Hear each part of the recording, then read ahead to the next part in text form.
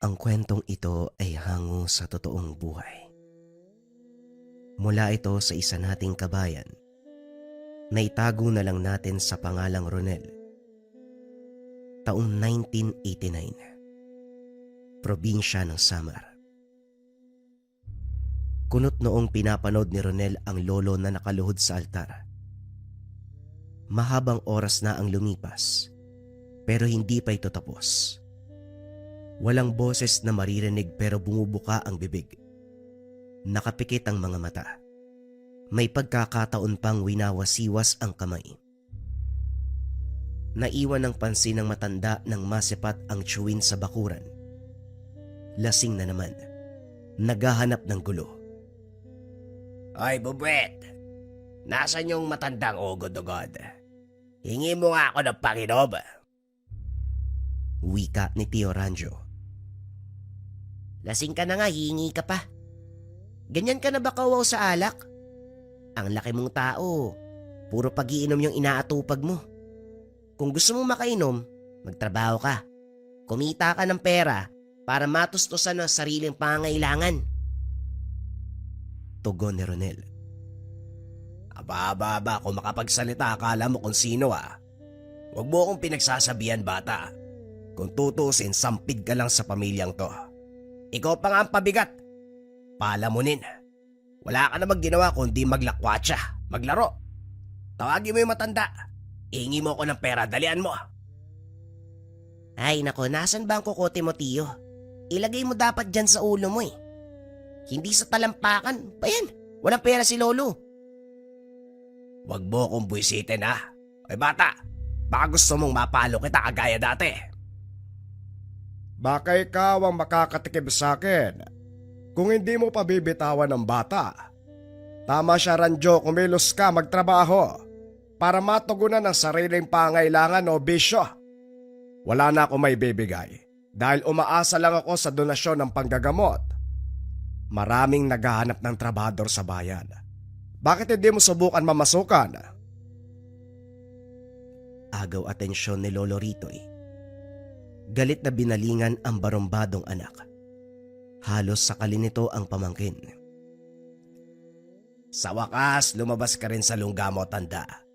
Ang lakas ng lobong mangaral, puro ka lang dasal at panalangin. Kung ako ang Diyos mo, tatanggalan kita ng boses. Pahingi ng pera. Nakulangan ako sa alak eh. O sige, halika, sumunod ka sa akin. May kaunting ipon ako mula sa panggagamot. Napangiti si Tio Ranjo. Kahit pasuray-suray na maglakad, pinilit na humakbang para masundan ng matanda. Pagpasok ng tahanan, dumaing matapos makatanggap ng sunod-sunod na hampas ng tungkod. Bumaluktot ito sa sulok. Pinapalampas ko lang lahat ng kalokohan mo. Pero wag na wag mong idadamay si Ronel. At ikaw naman, wag mo nang subukan ng pasensya ko dahil hindi lang palo ang aabutin mo. Pwede kitang itakwil. Ipatapon sa lugar na hindi mo magugustuhan. Salbahe ka, tanda. Mula pa noon malupit ka na sa akin. Pag-iinom na nga lang ay naatupag ko. Mas malala pa sa ama ng batang yan. Mamamatay tao yan. Pero anong ginagawa nyo? Pinagtatanggol pa. Samantalang ako halos patayin nyo. Bugbog sarado dahil lang naglalasig. Kailanman hindi pumatay ng tao si Ruel. Isa lang yung paratang na walang katotohanan. At isa pa, wag mo nang banggitin ang pangalan ng namayapa. At bakit? Nasasaktan ba kayo dahil nawala ang paborito nyong anak? Masyado ng pangit yung lumalabas sa bibig mo, Ranjo. Mabuting umalis ka na bago pa ako mawala ng respeto sa iyo bilang ama. Wika nito. Naunang tumalikod upang hindi na humaba ang usapan. Inantay ni Ronel na makalis ang tsuhin bago pumasok dahil magkakasalubong sila. Siguradong mapagbubuhatan siya ng kamay. Naintindihan ng hinanaing nito tungkol sama. Kumpara dito, masunurin ang yumaong si Ruel. Sumunod sa yapak ni Lolo Ritoy bilang albularyo. Nagkaroon lang ng problema dahil namatay ang pasyenteng ginamot. Ang totoo, nabaril ito habang pauwi galing sa kanilang tahanan. Sa madaling salita, labas na ang ama sa nangyari. Naabutan si Lolo Ritoy na nakaluhod muli sa altar. Walang anumang pon, pero may nakasinding kandila. Tahimik ang paligid, pero may mararamdamang enerhiya mula sa kung saan. Katulad ng nakasanayan, tumagal ng ilang oras bago natapos. Lolo, hindi naman sa nangingialam ano?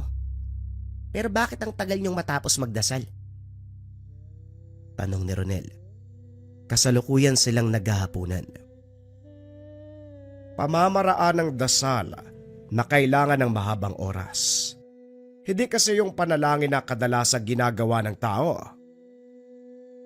Ganun po ba? Nga po pala nagsabi si Aling Piring na magpapatingin yung anak niyang buntis. Nakaramdam kasi siya na parang may mali daw. Kung pwede daw po, wag muna kayong umalis bukas ng umaga. Pupunta sila dito. O sige. Wala naman akong lakad bukas. O siya, ubusin mo na lahat ng ulam. Huwag kang magtitira dahil mapapanis Mauna na ako sa'yo. Tumayo ang matanda at saka naglakad pabalik ng silid. Wala itong sinabi, pero alam ni Ronel na babalik ito sa pagdarasal. Sa pagmamasid ng binata, wala nang pahinga ang matanda. Sa tuwing babangon siya ng 10 oras o hindi kaya naman madaling araw, nakaluhod pa rin sa altar. Kuryoso. Gustong mag-usisa subalit minabuting wag na. Inisip na lang na parte ng tungkulin bilang manggagamot. Pagsapit ng umaga, nagising si Ronel sa ingay mula sa kabilang kwarto. Nang silipin ay bumungad si Aling Piring kasama ang anak na buntis. Namimilipit sa pananakit ng tiyan. Kagad itong hinilot. Natukoy ang dahilan. Naipit ang bata sa loob Kung matutulog ka siguraduhin patihaya. At kung tatagilid man, maging maingat. Iwasan mo rin ang paglabas ng tahanan kapag sasapit na ang dilim. Maraming nilalang na gustong-gusto ang amoy ng buntis. Gamitin mo ito. Kamangyan at lana. Magpausok ka rin sa hapon. Pagkatapos asikasuhin ng pasyente, naging tahimik muli ang bahay. Naupo na lang si Ronel sa sala, nakatitig sa saradong pintuan ng kwarto. Sa loob ay naroon si Lolo Ritoy, nagdarasal na naman. Binilang ang oras. Nagtaka ang binata dahil mas matagal ngayon kumpara sa noon. Gusto niyang katukin. Nag-aalala sa nangyari dahil masyadong tahimik. Kaso nga lang nag-aalangan. Ayaw makaistorbo. Ito ang maigpit na bili ng matanda. Pabalik-balik ng lakad si Ronel sa harapan ng pintuan. Nakahinga nang lumabas si Lolo Ritoy. Napatitig pa ito sa apo. Oh, yung mukha mo para kang nag-aalala. Nasa bingit ba ako ng kamatayan? Ano ba problema? Maaliwalas ang mukha ng matanda. May ngiti sa labi. Pero hindi nakaligtas kay Ronel ang emosyon ng mata. Pagod na pagod. Lo, ayos lang po ba kayo? May problema po ba? Bakit ka ganyan magtanong? Walang problema, apo. Malapit ng maggabi. Hindi ka pa ba matutulog? Inaantay ko po kayo Nakapaganda na po ako ng hapunan. Tayo na po sa mesa. Habang kumakain, pinakiramdaman ni Ronel ang matanda. Masiglang tignan pero mapapansin talaga na merong mali. Ayaw lang magsabi. Pilit itinatago ang katotohanan. Wala ring lakas ng loob ang binata na magtanong dahil matipid itong sumagot. Makalipas ang ilang oras, narinig ni Ronel ang ingay mula sa kwarto. Kung papakinggan mabuti ay parang dumadaing. Kunot noong nakiramdam. Habang tumatagal lumalakas ang hiyaw, dali-daling kumatok pero walang nagbukas. Patuloy ang ingay sa loob, parang sinasaktan ang matanda sa walang tigil na pagdaing. Lumakas na rin ang ihip ng hangin, pero hindi namamatay ang sende ng kandila.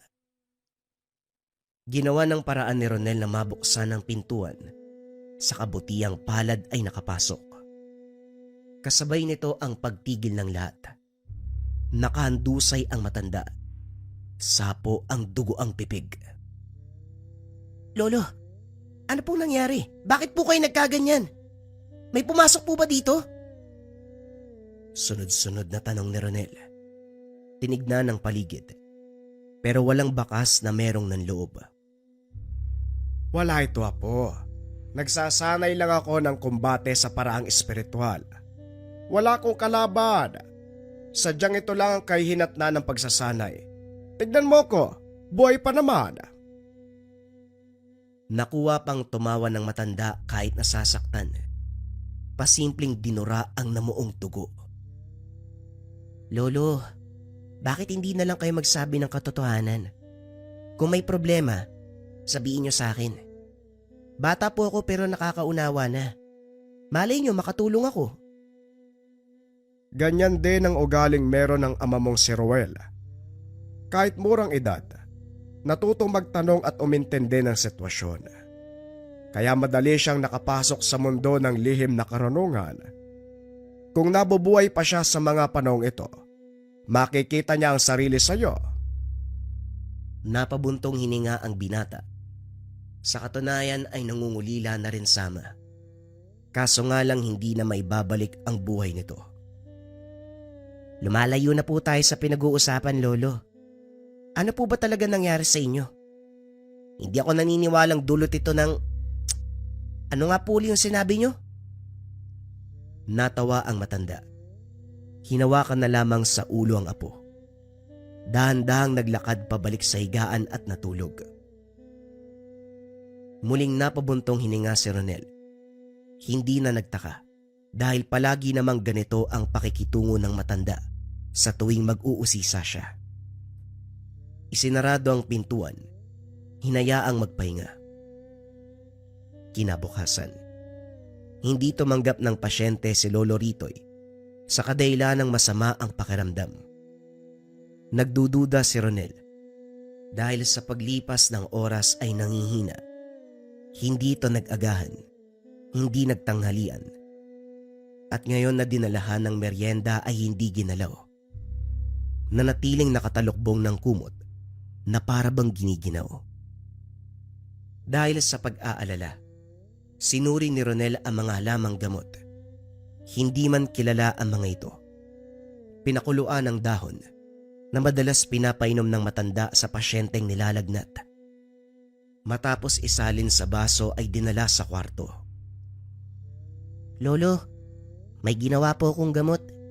Inumin niyo po habang mainit pa. Ay nako, hindi mo na sana ginawa. Sapat na pahinga lang ang kailangan ko. Hindi anumang gamot, nag-abala ka pa. Sino ba naman hindi mag-aalala sa kalagayan niyo? Hindi normal para sa manggagamot ang magkasakit. Kayo nga ay nilalapitan ng may mga karamdaman. Tapos, kayo tong may dinaramdam. Wala akong alam sa gamutan, pero sana sumakto ang ginawa ko. Pinilit ni Ronel ang gamot. Tinanggap naman ito ng matanda. Natuwa dahil tama ang ginawa nito. Ikaw yata yung tipo ng tao na natututo kahit nanonood lang. Pustahan tayo. Hindi mo alam ang pangalan ng daong ito, ano? Tumango ang binata. Lalong natawa ang matanda. Inisa ang lagok at saka bumalik sa pagpapahinga. Hindi iniwanan ng tingin ni Ronel. Nanatili siya sa paanan para magbantay. Sa hindi inaasahan nakaidlip ang binata. Nagising na lang sa may hinang bulong. Pagtingin sa altar, naroon ang matanda. Mariing nakapikit. Sumasambit ng mga salita. Napailing na lamang si Ronel dahil hindi pa ito lubusang magaling. Gusto man niyang pukawin ang atensyon pero natigilan nang mapansin ang dugong pumapatak sa sahig. Mula ito sa ilong ni Lolo Ritoy. Patuloy sa pagsambit ang matanda. Ilang sandali pa isa-isang namatay ang mga kandila. Sinundan ng malakas na hampas ng hangin. Dumaing. Napasukan ng dugo. Dali-daling dinaluhan ni Ronel dahil tumilapon ito sa dingding. Lolo, ano po ba kasing nangyayari?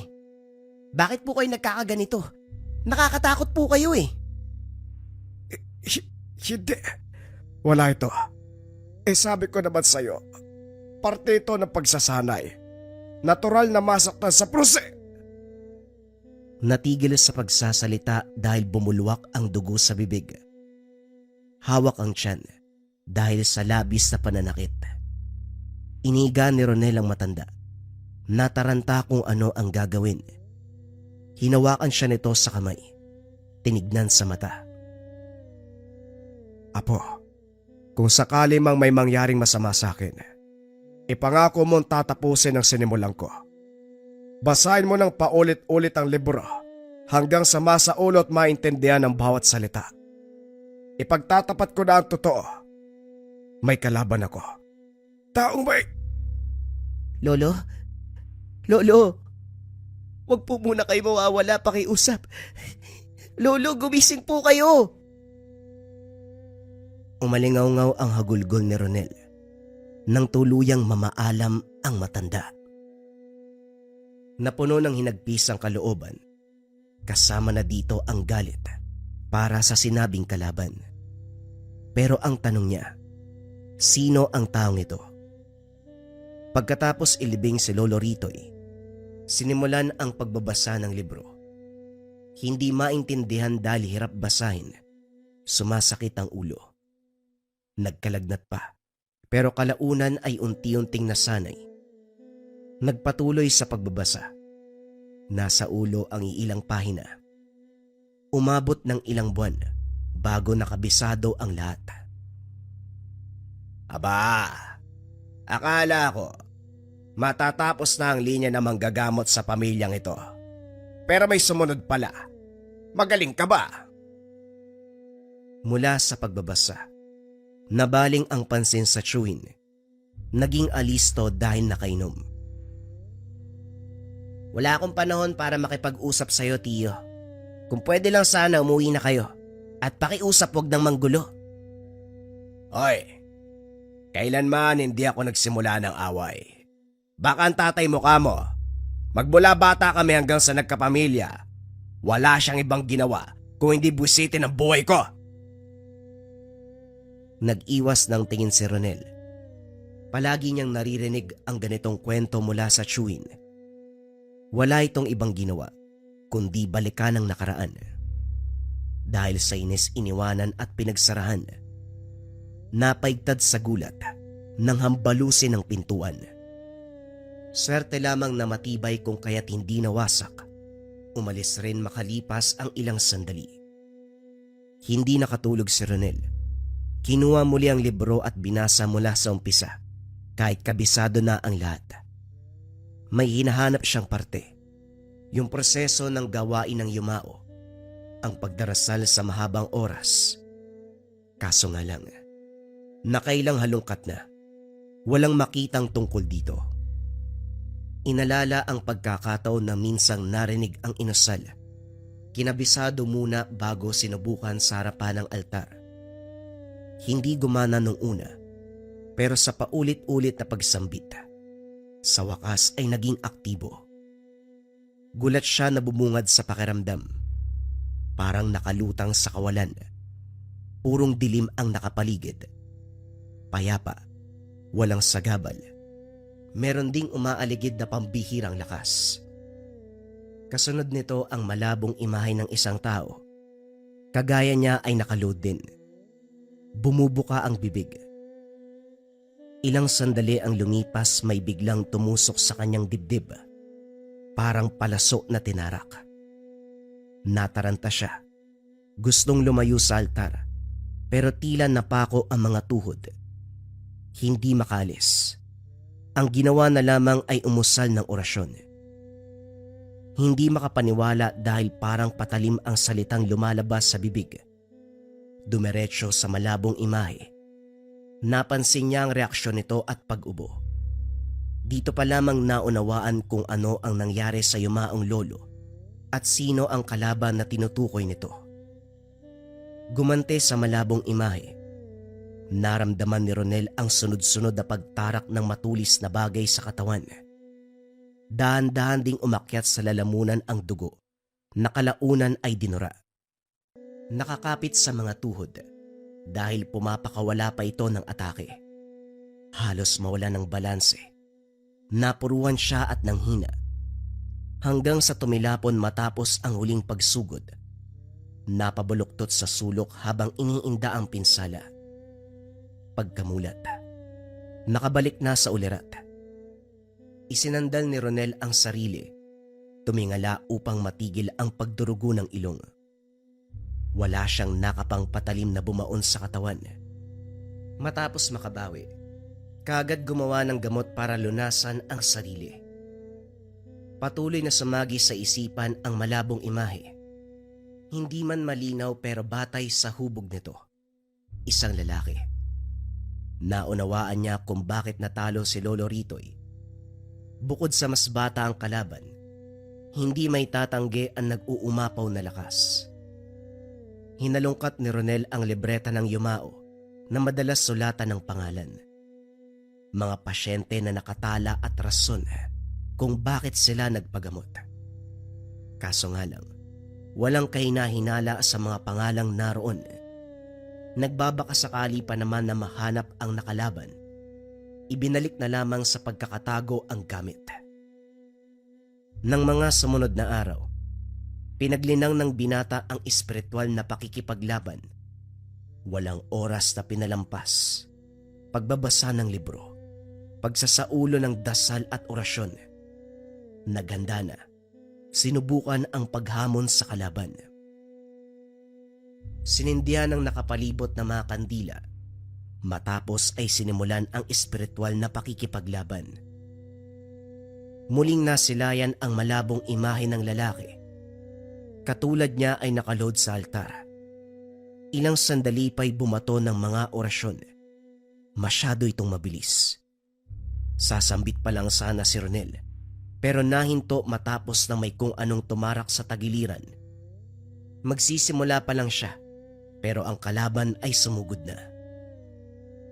Kinondisyon ng sarili, inipon ng lakas, at saka sinimulan ang pagsambit. Gumante ng atake, sunod-sunod na binato ang orasyon. Nakabuo ng matulis na palaso sa hangin na direktang tumama sa dibdib ng kalaban. Napangiti siya nang makita itong nahirapan. May inabot na libreta, pero hindi nabuksan. Nagpakawala ng atake ang binata, dahilan para mabitawan. Maririnig ang sunod-sunod na pag-ubo ng dugo. Gumapang palayo. Hoy! Huwag kang umalis. Hindi pa tayo tapos. Bumalik ka dito! Napamulat si Ronel. Ganun na lamang ang pagbuntong hininga dahil biglang nabalik sa ulirat. Dito napagtanto na hindi pwedeng magsalita sa kalagitnaan ng ritual. Gayunpaman, natuwa rin dahil nakagante sa kalaban. Malabo man ang itsura mo, makikilala din kita. Kapag nangyari yon, sisingilin ko maging ang kaluluwa mo. Pinatay mo ang lolo ko. Pinalipas ni Ronel ang mga araw. Ibinuhos ang oras sa pagsasanay at pagkukondisyon ng sarili. Binasa ng paulit-ulit ang libro. Siniguradong mapapaglinang ng gusto ang kakayahan. Kaso nga lang may pagkakataon na nabubulabog dahil sa chewing na basta-basta na lamang nangangatok para manggulo. Pahingi ng pera, bata. Hindi ako papautangin ni Mang Karyo kundi ako makakabayad ngayon. Kailangan ko na 100, dalian mo. Tiyo, kahit halongkatin mo man ang buong bahay, wala kang mapapala. Wala akong pera. Talaga lang kung sunugin ko ang bahay na to, Naglabas ng posporo at gas ang tiyuhin. Naalerto ang binata dahil nagsimula itong magsindi. Tiyo, pwede ba umayos naman kayo? Sumakabilang buhay na nga si Lolo, pero lasenggo ka pa rin. Hindi ba pwedeng magpaabuti ka naman kahit sandali lang? Tumatanda ka na, lumalala ang pagiging perwisyo. Malutong na sampal ang inabot ni Ronel sa tiyuhin. Sinundan pa ng malakas sa suntok sa sikmura. Pinalampas dahil wala sa wisyo. Siya na lamang ang umiwas. Binuksan ang bintana. Hinatid ito ng tanaw. Habang tumatagal, sumingkit ang mga mata ng may naalala. Bigla ring nabaling ang pansin sa bakuran dahil sa pagsiklab ng apoy. Dali-daling inapula. Kumalat na kasi sa mga halaman. Sira ulo. Malaki na sana kaso asal bata. Hindi na ako magtataka kung bakit pinalipat ka ni Lolo sa ibang bahay. Ang hirap mong intindihin. Dahil sa inis, nag-isip ng paraan upang mailabas ang damdamin. Nang mapatingin sa altar, walang pagdadalawang isip na hinamon ang espiritual na kalaban. Lalo lang nadagdagan ng galit dahil hindi ito nagparamdam. Bakanteng-bakante ang pwesto. Madalas itong pinagluluhuran. Minabuti na lamang niyang pagmasdan ng paligid. Sa bahaging iyon malabo, pero kahit papano makikilalang nasa loob ng tahanan. May imahe ng papag, upuan, altar at mga kagamitan. Sa kalagitnaan isang anino ng lalaki ang lumitaw. Pasuray-suray na lumuhod. Naganda na rin siya dahil magbabato ito ng atake. Hindi nga nagkamali. Makaraan ang ilang sandali ay may dumaplis. Nagtaka si Ronel dahil sa nakalipas na laban, sentro sa katawan niya ang atake. Ngayon ay dumadaplis lamang. Batay sa kilos at galaw nito ay wala sa wisyo. Sinamantala ng binata ang pagkakataon. Nagpakawala ng malakas na atake. Dumaing ng dumaing.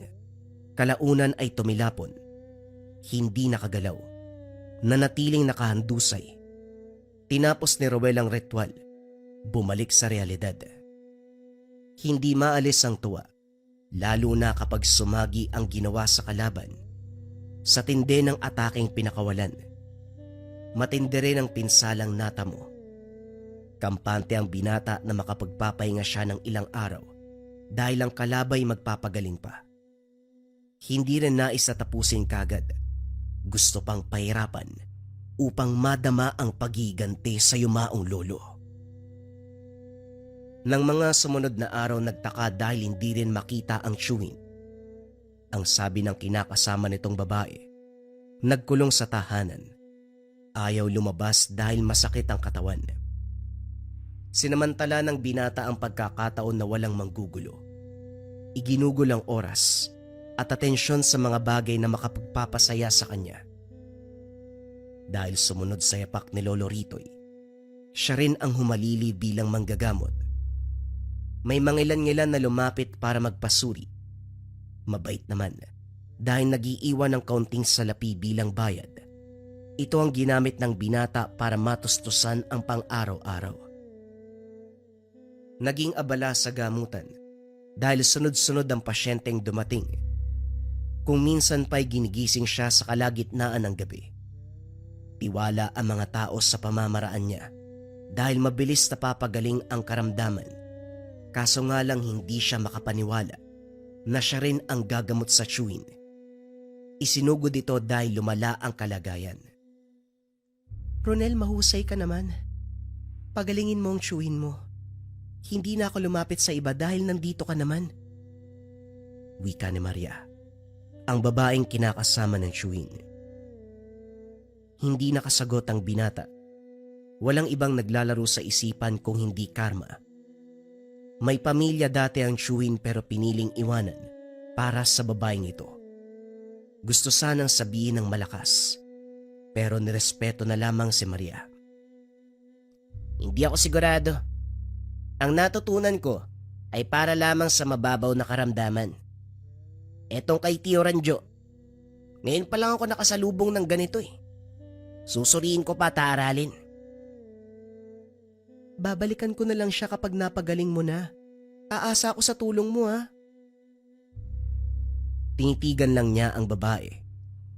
Umalis ito pero hindi umasa si Ronel dahil sa kilos pa lang ay iiwanan na ang tiyuhin. Sinuri ang kalagayan ni Tio Ranjo.